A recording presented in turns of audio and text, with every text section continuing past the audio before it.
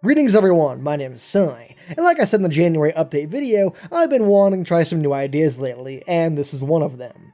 A series discussing the most problematic parts of certain games, explaining why they're bad, and how they could potentially be avoided, from more of a casual approach.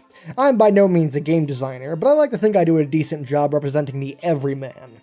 So today's topic of discussion is the 2015 release from the creators of Amnesia, Frictional Games' SOMA.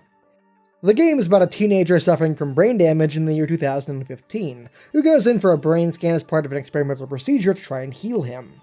And as the brain scan goes off, he is suddenly transported 100 years into the future to the inside of an undersea research facility called Pathos 3, that has some serious monster infestation problems as of late.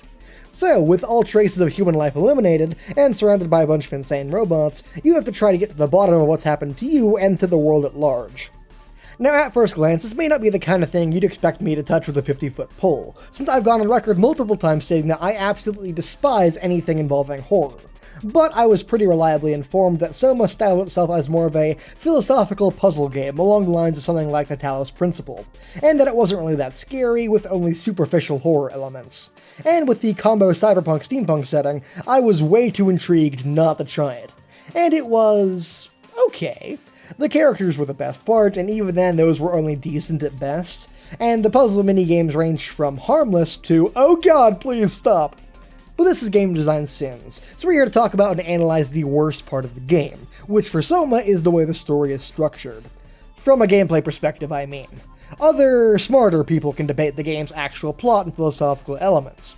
I'm specifically talking about the way you progress from level to level, and how it's justified within the game's narrative. And the vast majority of the time, it happens in the form of something I like to call setback storytelling. So, what is it? Setback storytelling is when the narrative is forcibly interrupted by a plot contrivance, that most often comes in the form of making you backtrack in order to return to progressing the story, and is mostly included for the sake of extending game time. For example, let's plot out the progression of the plot in Chapter 3.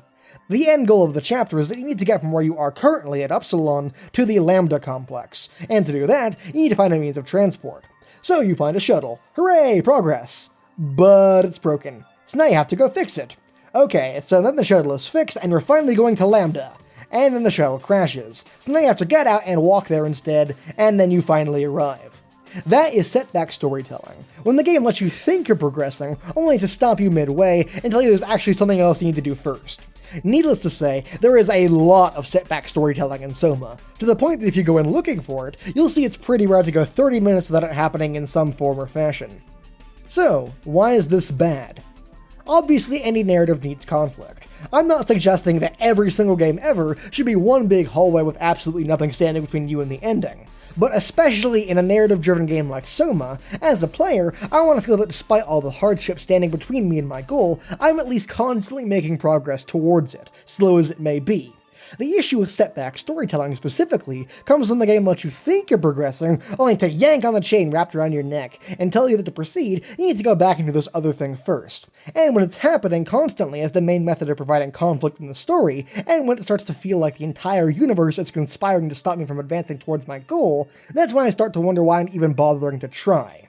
The game is basically dangling a carrot on a stick in front of you, and every time you try to grab it, it lifts it just out of your reach, over and over and over again. To give another example, early on in the game, you and your robot buddy Catherine are exploring an abandoned shipwreck in hopes of finding a submarine that can take you to the Theta complex, where your penultimate goal of the story awaits. So you enter the ship, and lucky you, a working submarine is in one of the first rooms you find. Wait for it. But there are safety locks preventing the escape pod from jettisoning. Because, you know, why would an escape pod ever need to leave in a hurry, right? So now you leave the submarine, go back on top of the ship, and trigger an explosion so the locks disengage. Then you go back down, get in your submarine, and leave. Fantastic, we can finally start making progress again. And then 10 seconds later the submarine crashes, because of course it fucking does. If that sounds incredibly frustrating, it's because it is. And then the entire next area of the game is basically spent fucking around in Delta, trying in vain to get back on track. It's setback storytelling in its most blatant and frustrating form. So, how could it be fixed? Here's the thing, I actually think this is a really easy problem to fix, to the point that I'm of the mind that it can be solved with something as simple as recontextualization. For example, how about instead of crash landing in Delta, what if that's where we were trying to go the entire time?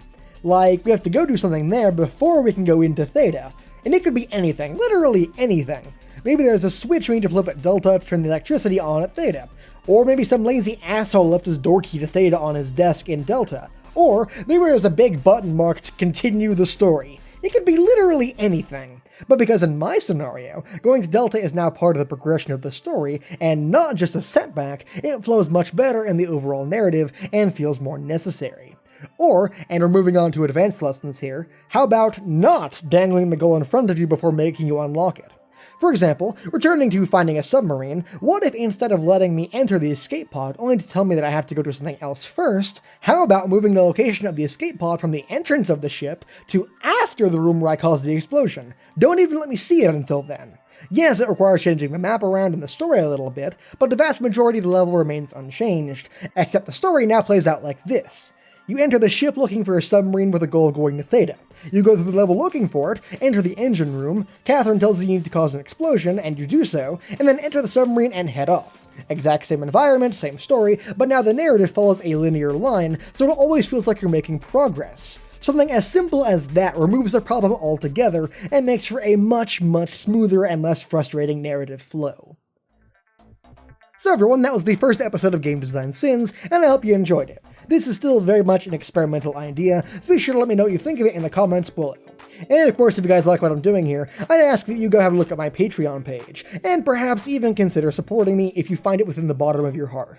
Also, what do you guys think of setback storytelling? Maybe you like the idea, or perhaps you can think of a better way to fix it. Whatever you guys think, be sure to let me know. Other than that, just want to say thank you guys so much for watching, and I'll see you guys next time. Later. Special thanks to my Patreon patrons Matt Flowers, Vongolo Sky, and Isaiah Christo for helping to support the channel.